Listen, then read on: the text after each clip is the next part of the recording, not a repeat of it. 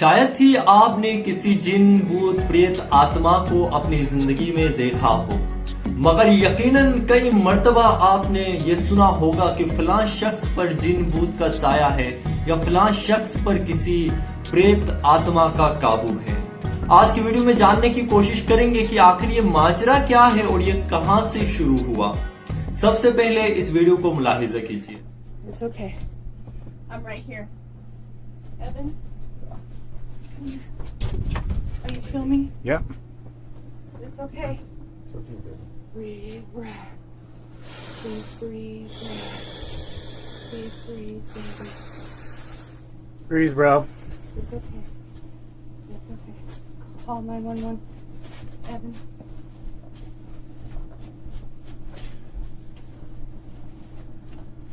Okay. It's okay. Brad. You can't stop. I know. He's got to try anyway. Good job. Shh. You got it, bro. It's okay. Yeah.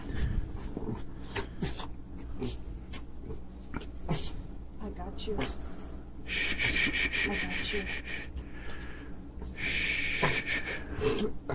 Yeah. Breathe. Where's that towel at, Evan? Where's the towel at, Evan? Good.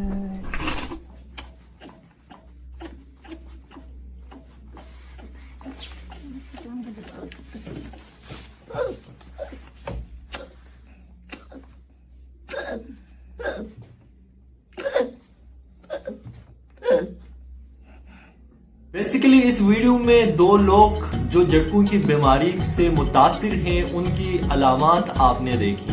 Neurological problems کی وجہ سے ایسے جو ہے علامات یا جھٹکے لگتے ہیں۔ نیورولوجیکل پرابلمز کیا ہوتی ہیں؟ نیورولوجیکل پرابلمز ہمارا جو برین ہے یہ اپنے ہماری باڈی کے حصوں کو سگنل جو ہے ایک الیکٹریکل امپلس کے فارم میں بھیجتا ہے۔ جب بھی وہ الیکٹریکل امپلس ہمارے باڈی کے حصوں تک صحیح نہیں پہنچتی، زیادہ پہنچتی ہے، کم پہنچتی ہے یا بالکل بھی نہیں پہنچتی، ایسی صورتحال میں ایسی علامات نمودار ہوتی ہیں۔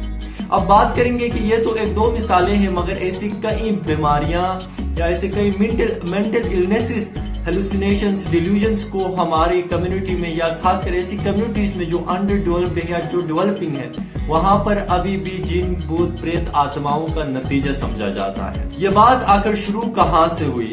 اس کو جاننے کے لیے ہم ماضی کی تھوڑی سی بات کرتے ہیں کہ ماضی میں ذہنی بیماریوں کو کس طرح ڈیل کیا جاتا تھا۔ ماضی میں تین جو ہے ٹاپ طریقہ کار استعمال کیے جاتے تھے ذہنی بیماریوں کو ٹریٹ کرنے کے لیے۔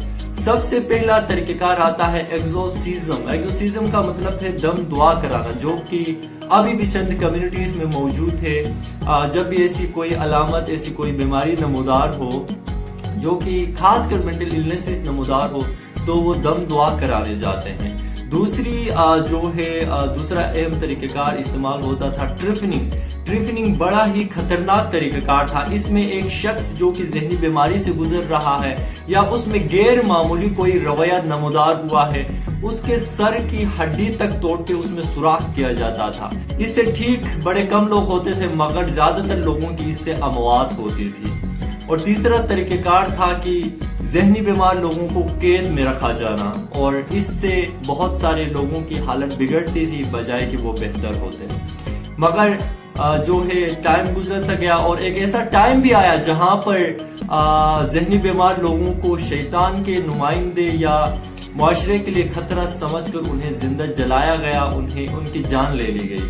اس کے بعد ڈیولپ ہوتے ہوتے 19ویں صدی میں پھر جا کے ایسلمز بنائے گئے۔ ایسلم ایک ایسی جگہ ہوتی ہے جہاں پر ان ذہنی بیمار لوگوں کو الگ رکھا جاتا تھا، مگر جانیے گا کہ یہاں پر بھی مقصد یہ نہیں تھا کہ ذہنی لوگوں کو ٹھیک کیا جائے۔ یہاں پر بھی مقصد یہ تھا کہ جو نارمل لوگ ہیں، جو سوسائٹی میں رہنے والے لوگ ہیں، ان سے جو ہے ذہنی بیمار لوگوں کو الگ رکھا جائے۔ آہستہ آہستہ ترقی ہوتی گئی اور آج ایک ہم ایسے مقام پر کھڑے ہیں جہاں پر بہت ساری مینٹل النیسز کے لیے جو ہے ٹریٹمنٹ موجود ہے۔